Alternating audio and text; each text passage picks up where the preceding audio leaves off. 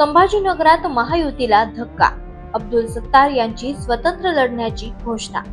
एकीकडे छत्रपती संभाजीनगर जिल्हा परिषद निवडणूक एकत्रितपणे लढण्यासाठी एकनाथ शिंदे यांची शिवसेना आणि भाजपमध्ये शहरातील 5 स्टार हॉटेलमध्ये गणितांची जुळवाजुळव सुरू होती। अशातच एकनाथ शिंदे यांच्या शिवसेनेचे नेते आमदार अब्दुल सत्तार यांनी आपल्या मतदारसंघात शिवसेना स्वतंत्रपणे निवडणूक लढणार असल्याची घोषणा केली आहे। भाजपाला सोबत न घेता आपण आपल्या मतदारसंघात निवडणूक लढवणार असल्याचं अब्दुल सत्तार यांनी स्पष्ट केलं। तसेच आपल्या मतदारसंघात भाजपाची फारशी ताकद नसल्याचंही त्यांनी म्हटलं आहे। जिल्हा परिषद निवडणूक स्वतंत्र बळावली काय सांगा?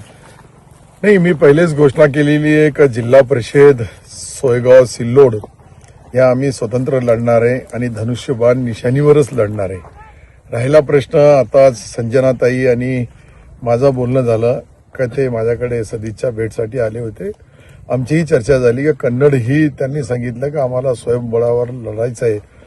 तर मला असं वाटतंय की आता कन्नड सिल्लोडचा निर्णय माझ्या माहितीप्रमाणे चर्चेमध्ये झालेला आहे, पण बाकीचा संजनाताई त्यांच्या मतदारसंघाचा प्रश्न आहे, तेच याच्यावर अंतिम निर्णय घेतात।